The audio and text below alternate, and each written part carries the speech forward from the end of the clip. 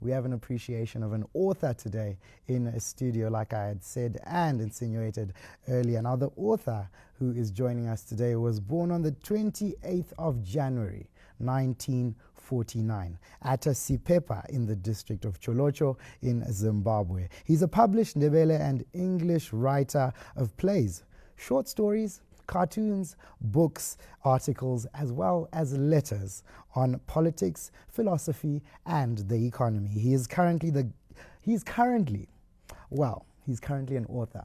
But he was also sitting at a point where he's the former Minister of State for Bulawayo Province. He was also the former governor of Bulawayo Metropolitan Province. He was also the former Minister of Primary and Secondary Education, former Minister once again of Home Affairs, former Minister once again of War Veterans. Now, this is a decorated cadre who joins us in studio. I am honored. It is my singular honor to have on set today speaking to us about his book, which is entitled Zimbabwe Diverse But One. I am talking about none other than Ambassador Cain Mathema. Thank you so much, Ambassador. Thank you, Curtly. Thank you. And it is an honor to be having you with all these titles that we are speaking about, with a rich history that you have. You have rather been able to put all these experiences into a book, into letters, into articles that you have written. But today we want to have our focus area being Zimbabwe Diverse But One. Tell us a little bit about this book we're looking at. Yes, the book is about fighting tribalism. Yes. In Zimbabwe. Let's remember, Curtly, that tribalism in this country was introduced by Cecil John Rhodes when he colonized this country. Part of his divide and rule strategy. Yes. He thought that Ndebeles and Shonas should always be fighting each other so that he entrenches his rule in this country. And even when the country became independent, the colonialists always want the newly independent country to be involved in turmoil. Yes. Tribalism all the time, so that the former colonialists still serve their interests. Keep on serving dominating their former colony in terms of the economy.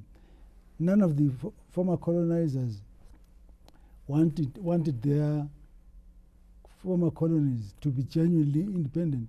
By that I mean genuine independence also includes economic independence. We did not fight for air, we fought for our land, we fought for our country. We also wanted to own the economy of our own country, and this applies to all the former colonies. Oh yes. But the former colonizers don't want that. Oh yes. They keep on wanting to dominate your economy and yourselves. They also want you to keep on fighting each other so that you don't concentrate. Oh yes. On the real issues. Very, very fascinating you're saying that, because we're looking at the issue of colonialism, but we're also intertwining it with tribalism. And here in Zimbabwe, we are looking at a point in time where Shonas and Ndebeles themselves are also still at loggerheads. You hail from the city, or perhaps from the province of kings and queens. But if you look at it from, for example, here in Harare, the discourse between the two tribes is still not as fluid as it should be. How are you still going to blame that on colonialism, or are we just going to say it's modern and pop culture? Yes, because they don't stop. You see what happens? They, in their Ministry of Foreign Affairs, they create desks for each colony. They even create intelligence services that keep on paying their agents in any former colony to keep on stoking the fires. Yes. So that tribalism continues all the time. Okay. You see, the interesting thing in Zimbabwe is that King Ginyilitshe in 1860 ordered a census to be done in his kingdom. It was found that the Ndebele nation was made up of at least 60% of Shona people, or people with Shona background. But the colonialists didn't understand that. That's why even the first war of independence in 1893, led by King Bengula, everybody participated in that. But they kept on talking of Ndebele Shona, Ndebele Shona, even to the extent of saying ZAP was a Ndebele party, ZANU was a Shona party, just to keep the fires burning, so that we keep on fighting each other and forget about the fact that the economy at independence was still dominated by British companies. I'm a former liberation fighter myself. I didn't fight for this country so that our people continue fighting forever. Yes. That was the whole point. If indeed you're saying sometimes you find friction along tribal lines. Yeah. You see, once a culture starts, it doesn't stop. So Cecil John Rhodes, who was assisted by missionaries actually, to say Shonas and Ndebeles hate each other. But Ndebeles, as I'm saying, by 1860, we're 60% Shona people, because King Zilias only arrived in this country in 1839 with the 20,000 people who were following him. And he established himself in this country in 1839. But the people that he led were already, most of them were not Zulu or Nguni, they were Sutu. So when he came to this country, but again, on the other hand, amongst the Shonas themselves, our people have always been inclusive. That's why, for instance, you can move from Ifra Shumba in Mashonaland. When you get to Namatabelent, you're automatically Eswanda. And vice versa. Absolutely, yes. And Ifra Moyo. Yes. Moyo Wechi, Moyo Mombe. Yes. In Nguni, Mombe, Nkomo. Or Itole. You become Esitole. This is why many Moyos are Sitoles. Ambassador, so our people have always been inclusive, whether the Shona or Ndebele. And that's what we should actually always emphasize. Absolutely. We're all here anyway. If you hate Ndebele, where do you want them to go? If you hate a Shona, where do you want them to go? Absolutely. Ambassador, definitely with the rich history you have, and as you can hear from him, that Ambassador Cain Mathema definitely has the angle of being Zimbabwe but one. And Ambassador, sorry to cut you off there, and obviously this is a book that definitely touches on all these issues that you have addressed. But we want to pay particular attention once again to some of your other publications. We also do understand that you are very much decorated with regards to issues that have to do with other topical issues that you have garnered in your experience. Just share with us a little bit about some of your other books. One of my books is called I Defend Zimbabwe's Defense and Security Forces. I wrote the book at the time when the Western world was criticizing our defense and security forces. They were saying they were dictatorial. So in that book, it's the biggest book that I've written. It's over 440 pages. In that book, I show that our defense and security forces are forces for democracy. They are created to defend the territorial integrity of our country. They are formed to defend the majority in this country. But the Western world was always accusing our forces as being dictatorial and fighting against other people. But you see, in that book I also define what the state is. What is the state? The defense and security forces are part of the state. They are created by the constitution of the country.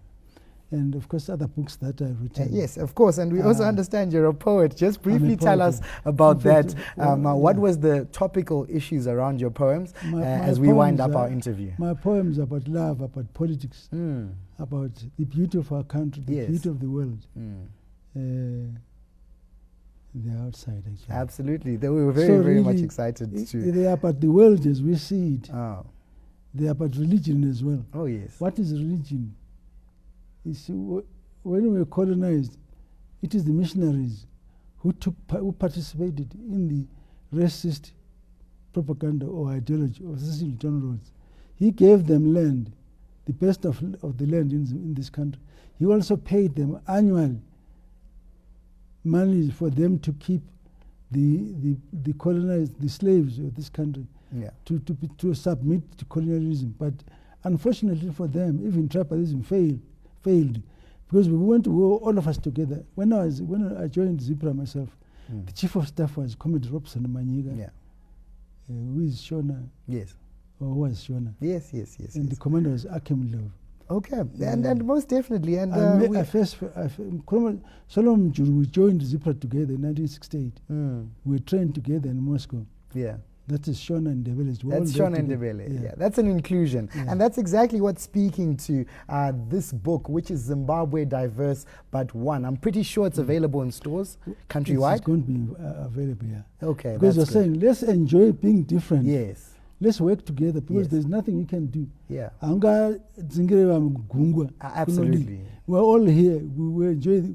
This country was left to us by our ancestors. Yes. They managed to bring to be inclusive long before roads came here. So we should continue with that inclusivity culture. Is very important. But the most important thing is that that brings all of us together is the economy.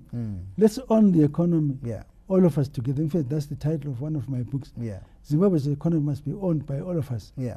Because it is the basis. See, every human being, first of all, wants to eat. They want to drink. They must have water.